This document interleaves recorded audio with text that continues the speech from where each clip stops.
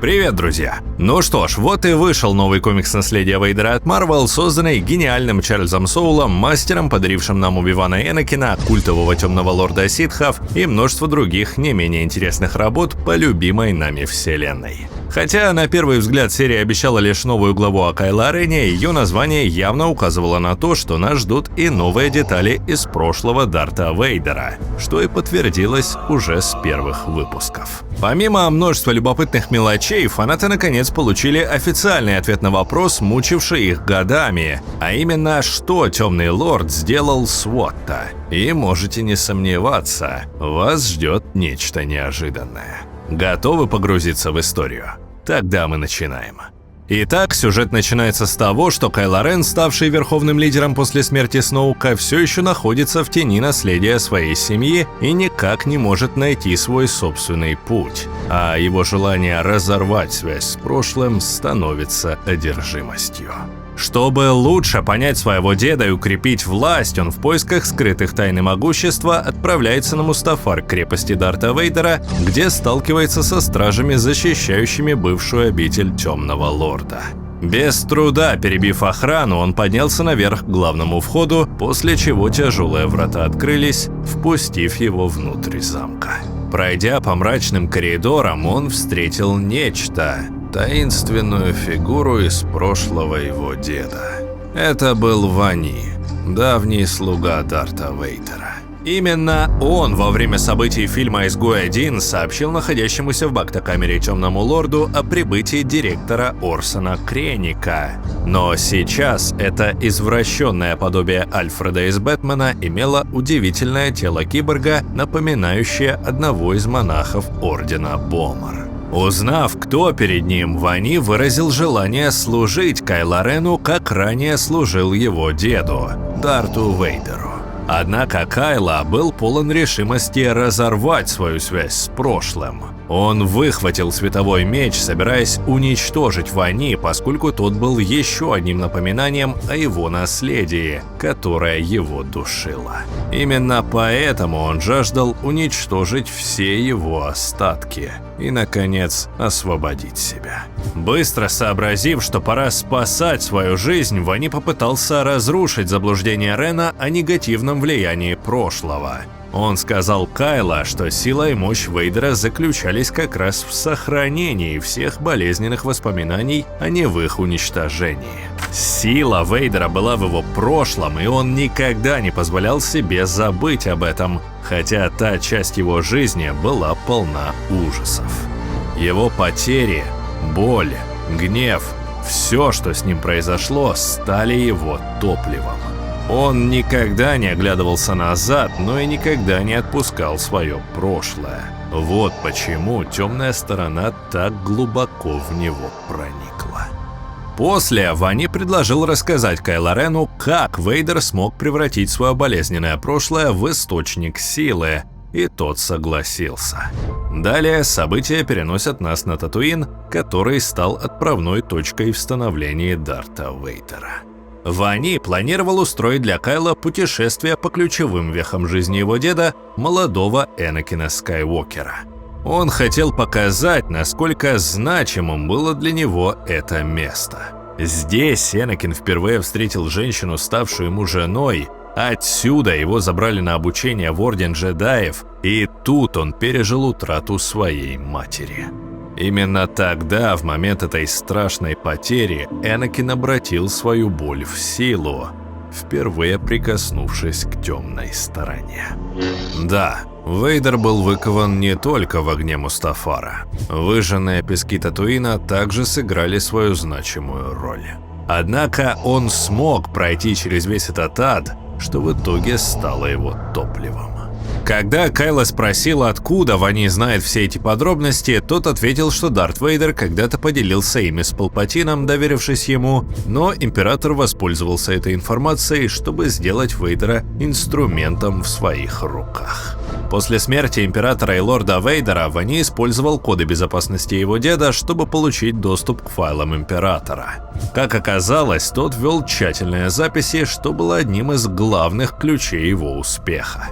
Так Вани узнал многое о жизни Дарта Вейдера. Он увидел всю красоту его пути, его борьбы. И теперь он хочет поделиться этим с Кайло, чтобы тот также смог найти свой путь. Тем временем они добрались до большой арены Мос Эспе, где Вани продолжил свою историю рассказом о 9-летнем Энакине, который одержал здесь победу в гонках на подах, что позволило ему освободиться от рабских оков. Даже в столь юном возрасте сила была в нем велика. В итоге он так и остался единственным человеком, победившим в гонках бунт Аив, а его имя было высечено на камне, чтобы сохраниться в веках. Кайло внимательно слушал его рассказ, и в нем снова начала подниматься волна гнева. Новость о том, что Энакин Скайуокер и его мать были рабами, стала для него шоком. Он и представить не мог, какое тяжелое детство было у его деда, и через что ему пришлось пройти на пути к своему величию. Тем временем Вани предположил, что Кайло Рен отлично понимает, о чем идет речь.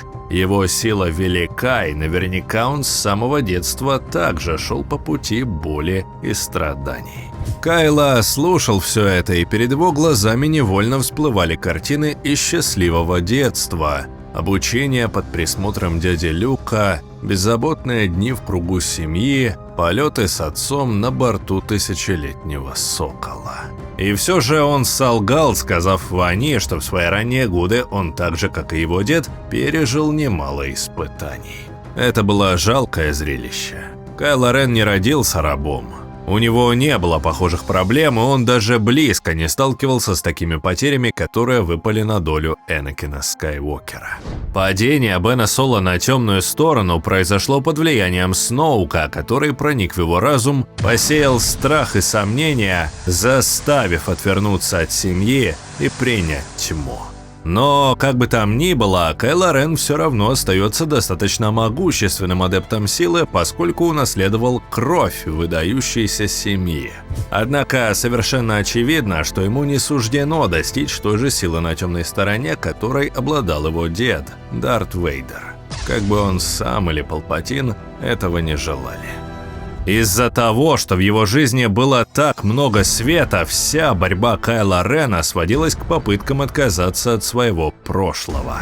Он хотел стереть его, потому что не мог превратить в силу то, чего у него попросту никогда не было – глубокую боль и утраты, как у Дарта Вейдера.